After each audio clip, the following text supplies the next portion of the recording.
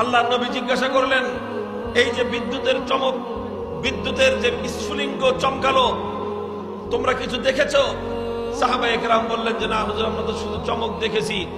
আল্লাহ নবী বললেন, এই স্ফুলিঙ্গের উজ্জ্বলতায় আল্লাহ পাক রব্বুল আলামিন আমাকে আরো কিছু জিনিস দেখিয়েছেন।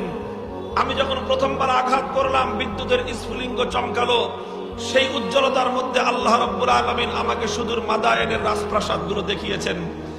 দ্বিতীয়বারের আঘাতে আল্লাহ পাক আমাকে পারস্য সাম্রাজ্যের রাজপ্রাসাদগুলো দেখিয়েছেন। তৃতীয় আঘাতের সময় আল্লাহ রাব্বুল আলামিন আমাকে রোম সাম্রাজ্যের সেই বিশাল বিশাল রাজপ্রাসাদ আর তাদের গুপ্ত ধনভাণ্ডারগুলো আল্লাহ আমাকে দেখিয়েছেন। এরপর আল্লাহ পাক আমাকে শুভ সংবাদ দিয়েছেন, ও হাবিব, আপনি আপনার সাহাবীদেরকে বলে দেন, সেদিন বেশি দূরে নয় যেদিন মাদায়েনের সেই সাদা রাজপ্রাসাদ মুসলমানদের পায়ের নিচে পিষ্ট হবে।